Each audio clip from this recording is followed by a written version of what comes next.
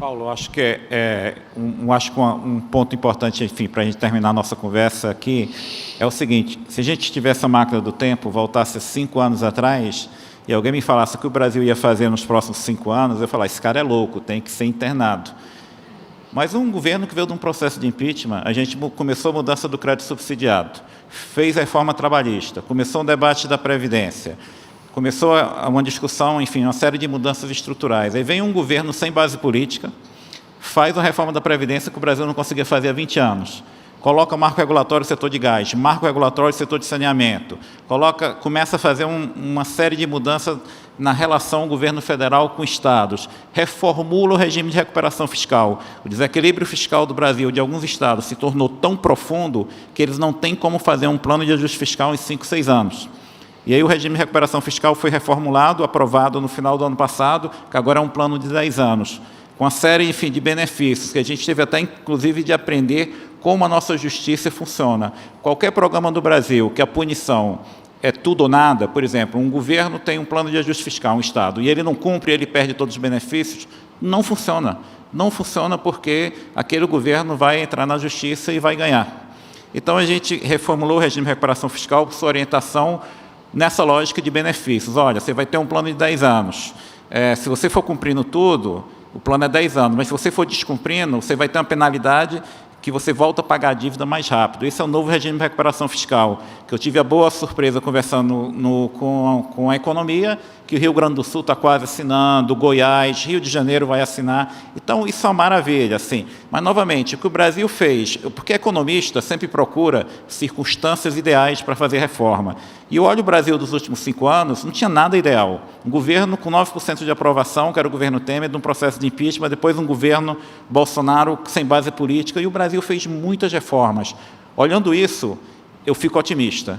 Olhando isso, todo esse barulho que você fala, mas o que a gente está vendo são as instituições funcionando. O que a gente está vendo é que, num contexto muito longe do que a gente considera ideal, o Brasil fazendo várias reformas, e mesmo numa crise tão difícil, a gente teve, nesse primeiro trimestre do ano, um recorde de captação direta de empresas no mercado. A gente está indo para um saldo de balança comercial de 74 bilhões de dólares.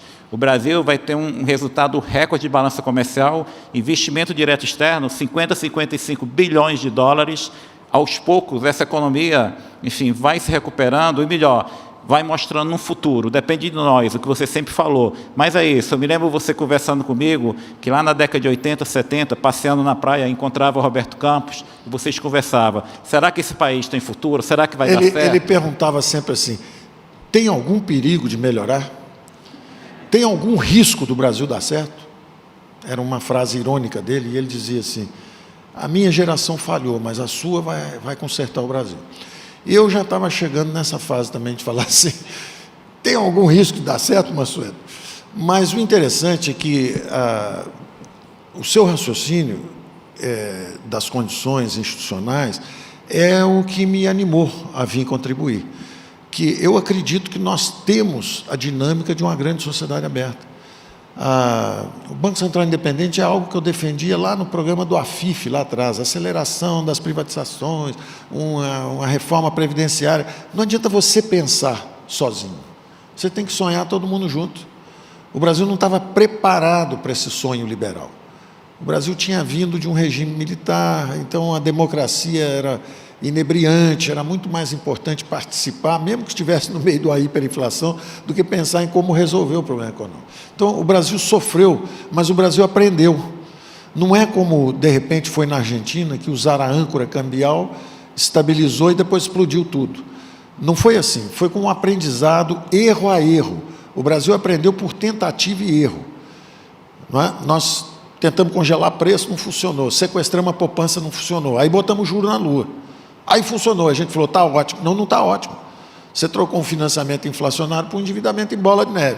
Aí logo ali na frente estourou o câmbio. Aí você aprendeu a flutuar.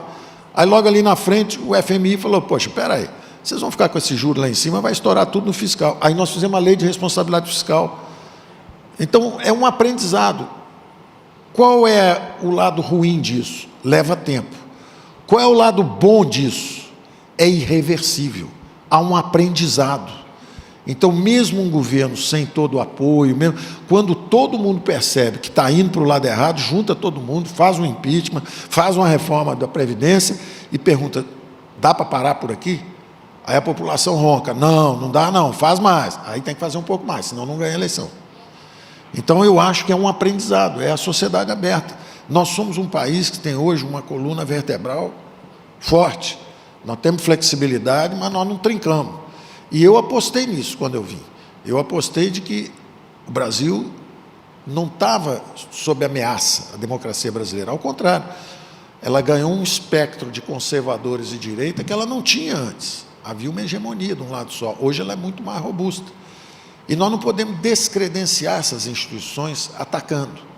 Nós temos que ir aperfeiçoando as instituições. Então, a gente precisa aprender a perder a eleição, precisa reconhecer quem fez uma coisa certa, criticar o que fez errado. Não é criticar tudo ou elogiar tudo. Isso é parte da nossa maturidade. E eu estou muito seguro de que nós estamos no caminho certo.